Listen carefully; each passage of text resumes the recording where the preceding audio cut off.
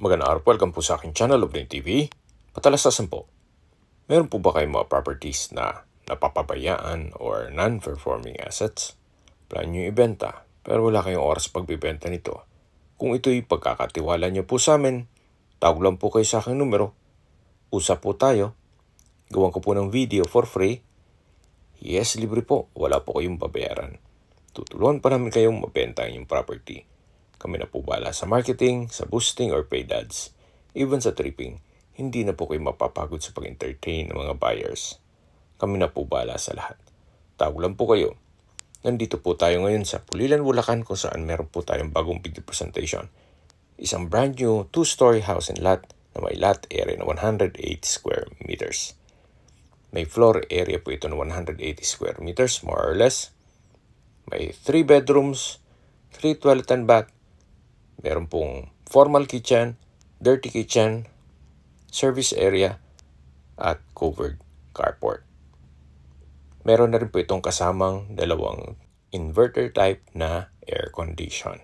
Tungkol naman po sa dokumento nito, ito po ay titulado, buhay po ang may-ari, kaya wala po kayong maging problema sa documentation o sa transfer ng title. Halos hindi pa po ito natirhan, gawa ng nasa Amerika po si owner. Ito po yung pansamantalang video na muna habang wala pa tayong schedule sa biyahe papuntang Bulacan. At shoutout po sa pamangkin ni owner na kumuha nitong video.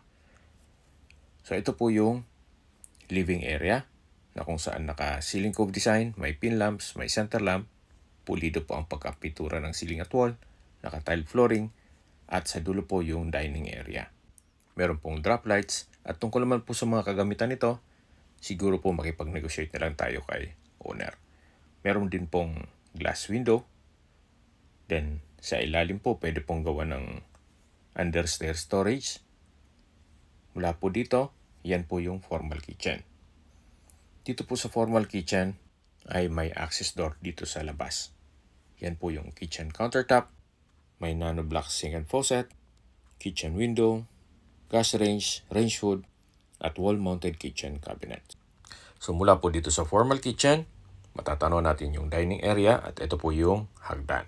Kahit dito po sa dulong parte nitong bahay ay pulido at maayos ang pagkapalitada at pintura.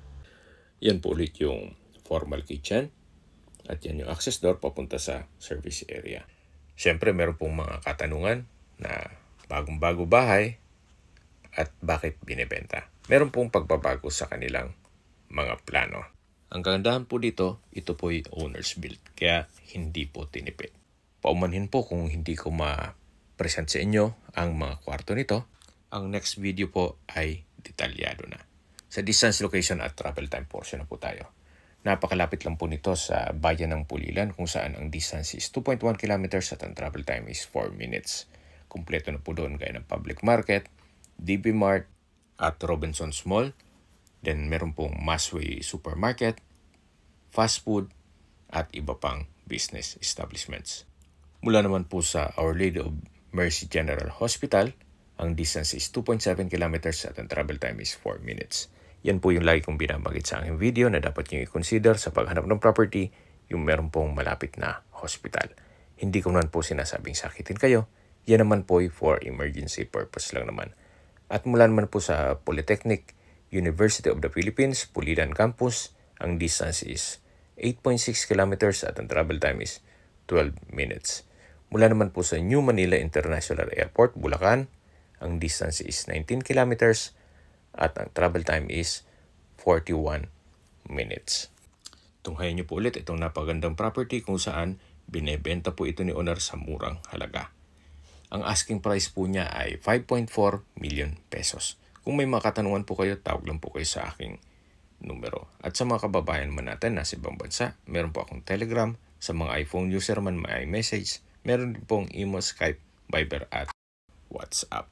Same number lang po, 0917-316-3399. Sa mga nagtatanong naman po ng aming Facebook, meron po kaming Facebook page na Nov9 TV at Facebook Reels video. Meron din pong TikTok at Instagram.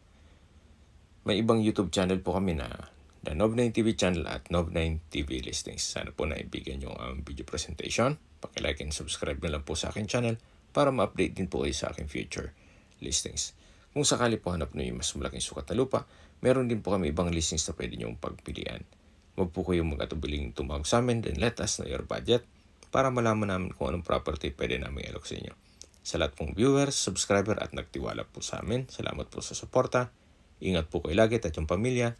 Maraming salamat po.